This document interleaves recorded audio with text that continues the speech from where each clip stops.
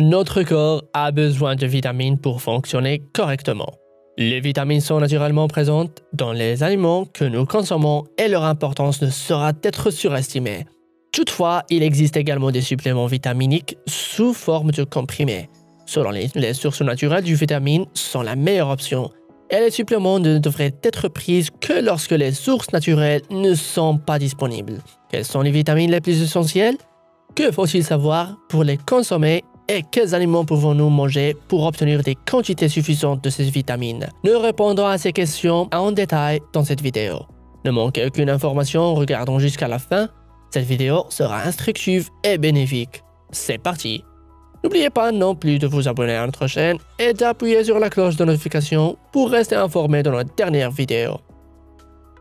La première des vitamines les plus importantes est bien sûr la vitamine C ou acide ascorbique.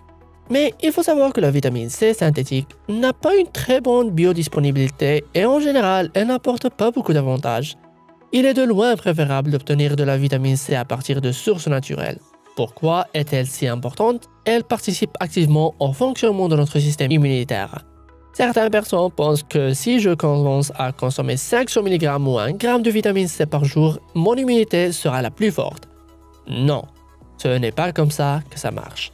Il n'est pas possible d'administrer des doses excessives de vitamine C pour stimuler et développer le système immunitaire, mais cela fonctionne de telle manière que si nous sommes déficients en vitamine C, nous ne pouvons pas nous en passer.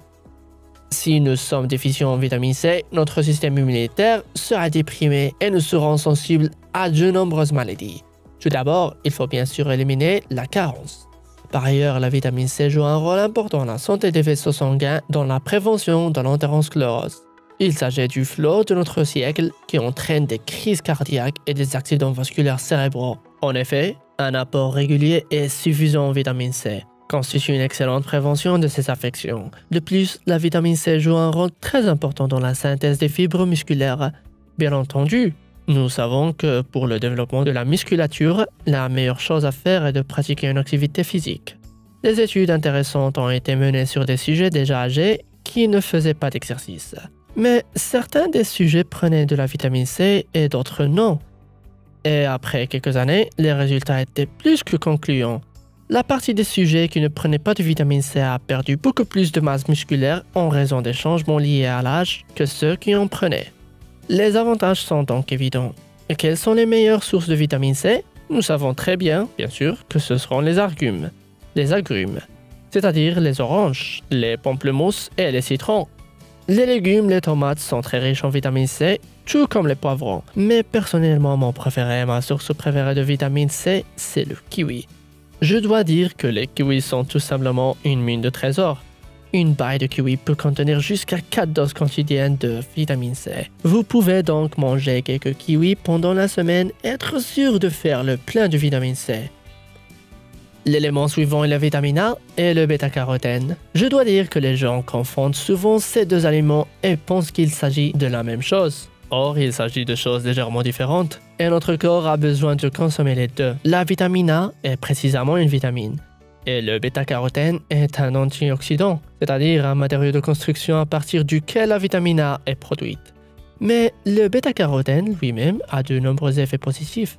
Il faut donc consommer les deux. Le bêta-carotène est un antioxydant très puissant, c'est-à-dire une substance qui neutralise l'oxygène atomique ou les radicaux libres.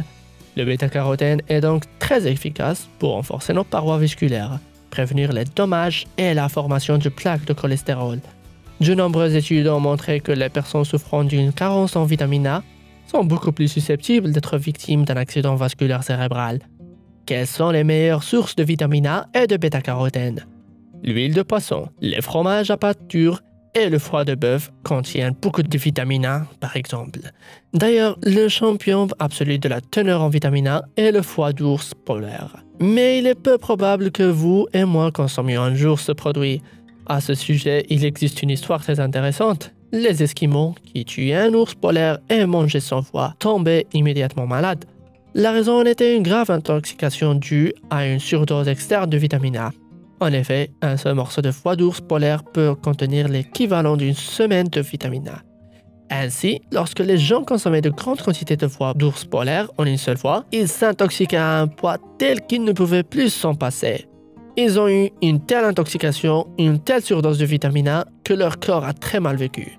Cela n'a rien à voir avec notre mode de vie. Nous ne vivons pas comme les Esquimaux.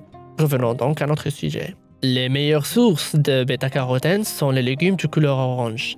Il s'agit du potiron, des abricots et des fameuses carottes. D'ailleurs, les carottes contiennent du bêta-carotène et non de la vitamine A, comme beaucoup le pensent. Mais comme nous le savons, le bêta-carotène est le matériau de construction à partir duquel la vitamine A est créée, entre autres. Les carottes sont donc également utiles. D'ailleurs, c'est aussi ma source préférée de bêta-carotène. Si nous consultons un ouvrage de référence, nous constatons que 50 grammes de carottes seulement contiennent une dose quotidienne de carottes noites. Cela représente environ 2 os. Et 50 grammes de carottes, c'est un tout petit morceau et il n'est pas difficile de manger un si petit morceau par jour. Et vous en tirerez un grand bénéfice. La deuxième vitamine la plus importante est la vitamine E, également appelée tocopherol. Il faut savoir que la vitamine E est l'un des antioxydants naturels les plus puissants. Elle est très efficace pour ralentir les processus de micro-inflammation permanente. Elle ralentit le processus de vieillissement et la formation de maladies chroniques. Et elle protège également notre cerveau des dommages liés à l'âge.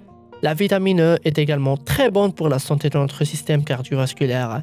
Elle réduit la coagulation du sang et elle est également très bonne pour notre cœur et pour notre endurance. La vitamine E est également très efficace pour augmenter la libido, ce qui a été prouvé à de nombreuses reprises. Elle réduit la probabilité de la maladie d'Alzheimer, diminue la tension artérielle et renforce les cheveux et les ongles, revitalise la peau, améliore la cicatrisation des cicatrices et d'une manière générale a des effets très bénéfiques. Quels sont les aliments qui constituent les meilleures sources de vitamine E?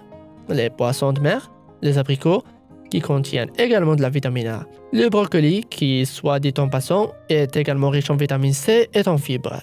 Les fruits à coque contiennent beaucoup de vitamine E, les noisettes, les noix, etc. Les asperges contiennent également beaucoup de vitamine A et sont une très bonne source de vitamine C et de bêta-carotène.